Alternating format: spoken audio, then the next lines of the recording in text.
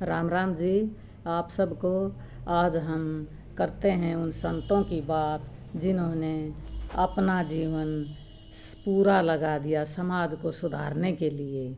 और उनमें से एक संत थे गुरु नानक जी।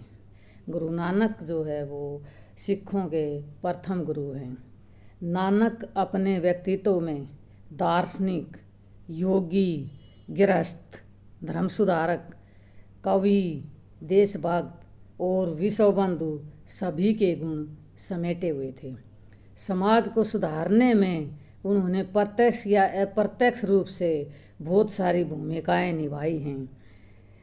समाज में किसी भी व्यक्ति के सुधारने के लिए कैसी कैसी शिक्षा देते थे, आज एक कहानी के माध्यम से सुनिए। एक बार एक आदमी गुरु नानक के पास गया कि मुझे अपना शिष्य बना लीजिए। तो गुरु नानक जी ने कहा कि आप क्या काम करते हो?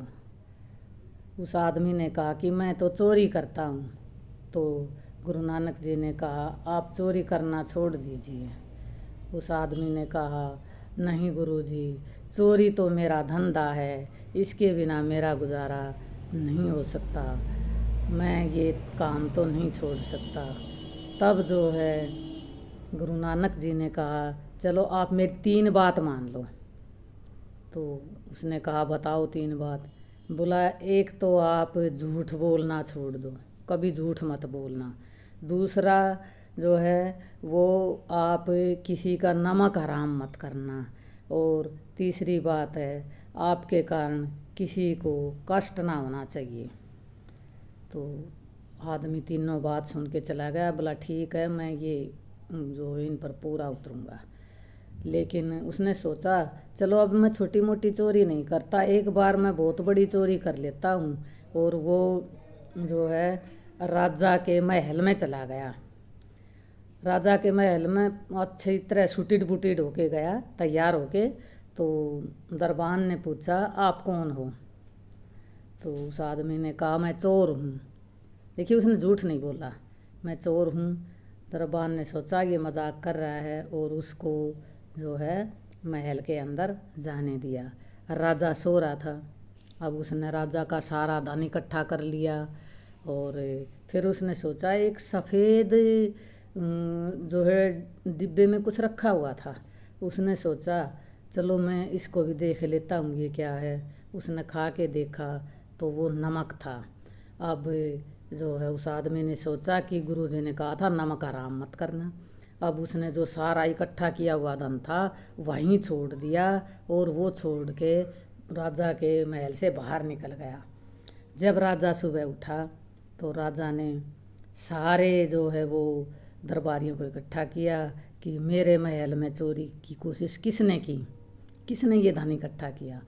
तो सारे चोर जो है, चोरों का पता तो होता ही है कौन कौन करते हैं चोरी, सबको इकट्ठा कर लिया। अब सब कह रहे हमने तो चोरी नहीं की, हम तो राजा के महल में आए ही नहीं। तब जो है राजा ने उनको सज़ा देने की तैयारी कर ली कि इनको कठिन से कठिन सज़ा दो। फिर उस चोर को पता चला जो राजा के महल में आया था कि तेरे कारण ये सब दुखी हो रहे हैं। तो वो राजा के पास आया और कहा राजा चोर ये नहीं, चोर मैं हूँ, चोरी मैंने की है। बोला क्यों, तूने क्यों की? बोला जी देखो मैं जो है अपने गुरु के पास गया था और उसने ये सारी स्टोरी जो अभी मैंने बताई है पीछे वो बता दी कि झूठ नहीं बोलना और जो है नमक हराम नहीं करना। मैंने नमक हराम आपका जो नमक खा लिया था तो मैंने वो नमक हराम नहीं किया, मैंने सारा धन आपका यहीं छोड़ दिया। अब तीसरी बात गुरु ने कहा था कि तेरे कारण किसी को कष्ट ना हो, तो मैं इसलिए मेरे कारण इन सब को सज़ा मिल रही है, इसलिए मैं सच बताने आया हूँ। तो गुरुजी ने की बातों का उसके ऊपर बहुत असर हुआ। राजा बड़ा खुश हुआ और राजा ने उसको माफ़ कर दिया और अपनी सेना में भर्ती कर लिया।